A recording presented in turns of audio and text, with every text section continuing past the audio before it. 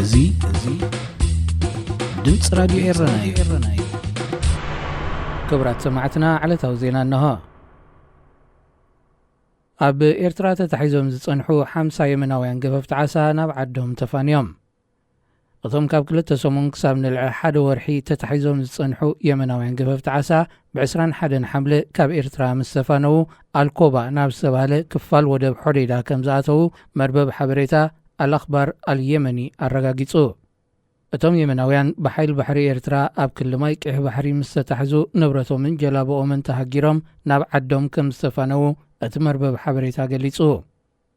ኤርትራ ኣብ ቅሕ ባሕሪ ዝርከብ ክልማያ ዓሳ ንዝገፉ የመናውያን በብእዋኑ ክትሕዞም መጽናሓ ዝስማዕ እኳ እንተኾነ እቶም የመናውያን ገፈፍቲ ዓሳ ኣብ ኣህጉራዊ ክልማይ ከም ዝተታሕዙ እዮም ዝወቕሱ።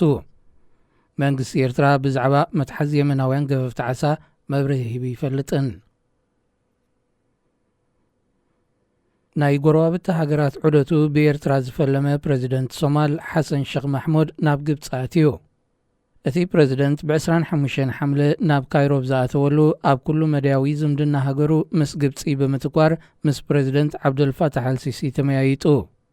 ፕሬዚደንት ሓሰን ብጉዳይቲ ኣብ ሶማል ተኸሲቱ ዘሎ ደርቂ ንምክትታል ናብቲ ሃገር ዝኣተወት ዳይረክተር ኣሜሪካዊ ትካል ረድኤት USAID ሳማንታ ፓወር ኣብ 24 ሓምለ ኣብ ሞቃዲሾ ተመያይጡ ናብ ካይሮ ቕኒዑ።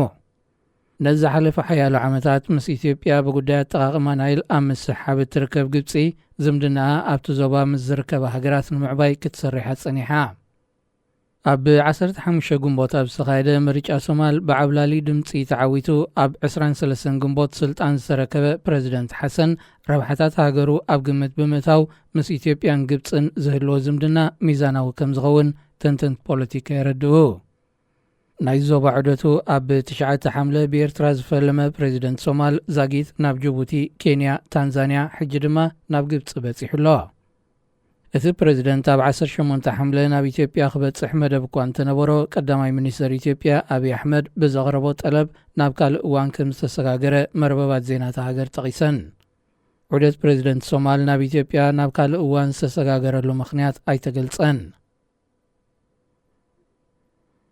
መንግስቲ ሩዋንዳ ካብ ብሪጣንያ ንዝሰጋገሩ ሓተት ዕቑባን ስደተኛታትን ንምቕባል ኣቐዲሙ ዝተኸፍሎ ኣስታት 120 ሚልዮን ፓውንድ ኣብ ዝተፈላለየ ፕሮጀክታት የውዕሎ ምህላው ሓቢሩ። ኣፈኛት መንግስቲ ዮላንደ ማኮሎ ንጋዜጠኛታት ኣብ ዝሃበቶ መብርሂ ብመሰረቲ ምስ ብሪጣንያ ዝተበጽሐ ስምምዕ እቲ ምወላ ኣቐዲሙ ናብ ሩዋንዳ ከም ዝተሰጋገረ ብምሕባር ገለ ክፋሉ ንዝምለሱ ስደተኛታት ኣብ ዘድሊ ፕሮጀክታት ከም ዝውዓለ ኣረጋጊጻ። ሩዋንዳ ነቲ ገንዘብ ናብ ብሪጣንያ ክትመልሶ ትኽእል እንተኾይና ተሓቲታ ኣብ ዝሃበቶ መልሲ ድማ ገለ ክፋልቲ ገንዘብ ድሮ ኣብ ስራሕ ውዒሉ እዩ ክትብል ናይ ምምላስ ተኽእሎ ከም ዘየላ ኣንፊታ። ብወገን ብሪጣንያ ብዛዕባ ተኽእሎ ምምላስ ገንዘብ ዝለዓል ዘሎ ኣሽሓት ሓተት ዕቑባን ስደተኛታትን ናብ ሩዋንዳ ንምምላስ ዝተወጠነ መደብ ክዕወት ከም ዘይክእል ኣብ ዝተጋህደሉ እዋን እዩ። ሩዋንዳ ምስ ብሪጣንያ ብዝኣተወቶ ስምምዕ ልዕሊ 1,000 ሓተት ዕቑባ ክትቅበል መዲባ እኳ እንተነበረት ኣብዚ እዋን ዝግና ካብ 200 ላዕሊ ናይ ምቕባል ዓቕሚ ከም ዘይብላ ኣመልኪታ። ብሪጣንያ ኣሰር እስራኤል ብምስዓብ ሓተት ዕቑባን ስደተኛታትን ናብ ሩዋንዳ ንምስግጋር ተበጊሳ እኳ እንተነበረት ኪላታት ሕጊ ተጣበቕትን ፖለቲከኛታትን ብዝገበርዎ ተቃውሞን ጻዕርን እቲ መደብ ኣብ ውዱእ ሰዓታት ክሰጋገር ተገዲዱ። እታ ሃገር ካብ መጀመርያ ወርሒ ናይዚ ዓመት ብዘይሕጋዊ መገዲ ናብ ብሪጣንያ ዝኣተዉ ስደተኛታት ናብ ሩዋንዳ ናይ ምስግጋር መደብ ድሕሪ ምውጣና እውን እንተኾነ ዋሕዚ ሓተት ዕቑባ ክጎድል ኣይተረእየን። ክቡራት ሰማዕትና ዜና ኣብዚ ተፈጺሙሎ። ሬድዮ ኤረና ካብ ከተማ ፓሪስ ዝመሓላለፍ ብኤርትራውያን ጋዜጠኛታት ዝዳሎ ነፃ ሬድዮ እዩ።